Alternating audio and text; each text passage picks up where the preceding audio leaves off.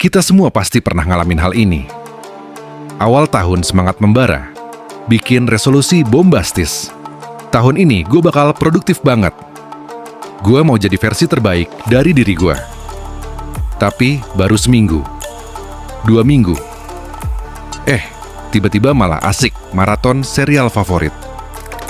Sambil ngomong ke diri sendiri, besok deh mulai serius. Tapi masalahnya, besok itu seringkali nggak pernah datang. Kita tahu persis apa yang harus dilakukan, mulai proyek, olahraga, belajar. Tapi tetap aja nggak ada aksi nyata. Rasa bersalah mulai datang, kita ngerasa gagal. Terus mulai bilang ke diri sendiri, ya udah deh, emang guenya aja yang gini. Padahal masalahnya bukan sekadar malas. Ini soal siklus yang berulang terus. Punya ambisi, nggak mulai, ngerasa bersalah, nyerah, ngulang dari awal tahun depan resolusi yang sama lagi. Kayak lagu yang di-replay terus tanpa ujung. Dan parahnya, siklus ini bikin kita nggak cuma stuck, tapi juga ngerusak kepercayaan diri. Jadi, gimana cara keluar dari lingkaran setan ini?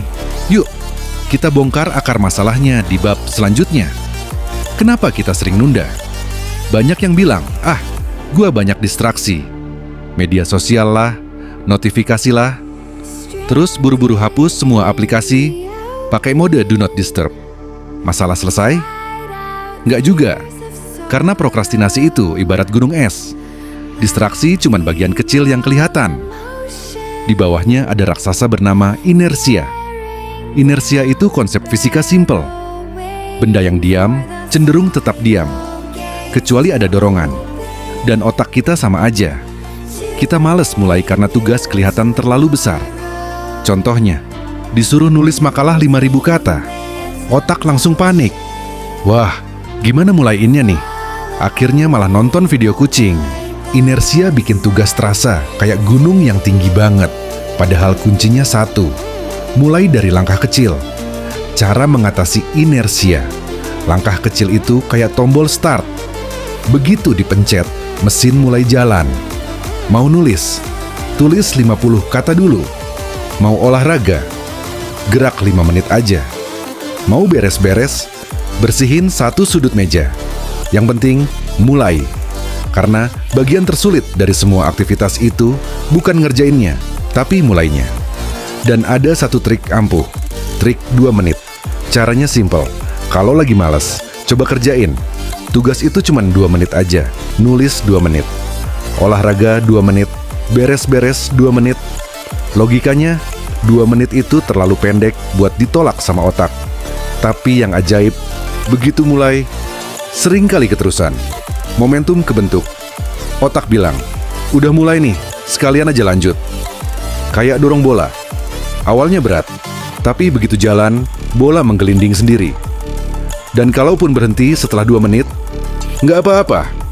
Yang penting, kamu udah mulai. Terapkan di kehidupan nyata. Sekarang, kita tahu, langkah kecil plus momentum sama dengan kekuatan besar.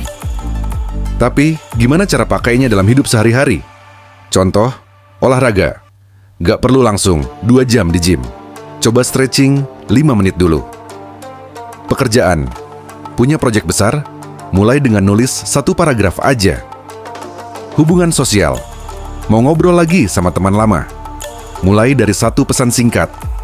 Hey, apa kabar? Belajar skill baru? Mau belajar bahasa? Mulai dari 1 kata per hari. Mau hidup lebih sehat? Ganti 1 makanan aja, dulu dengan yang lebih baik. Bayangin tujuan besar itu kayak bangun tembok.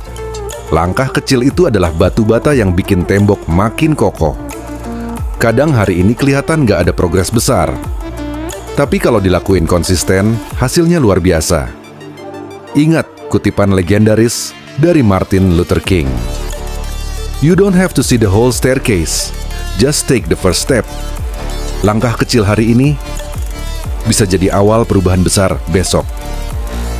Jadi, apa langkah kecil pertamamu hari ini? Terima kasih udah nonton. Jangan lupa klik like, subscribe, dan tinggalkan komentar.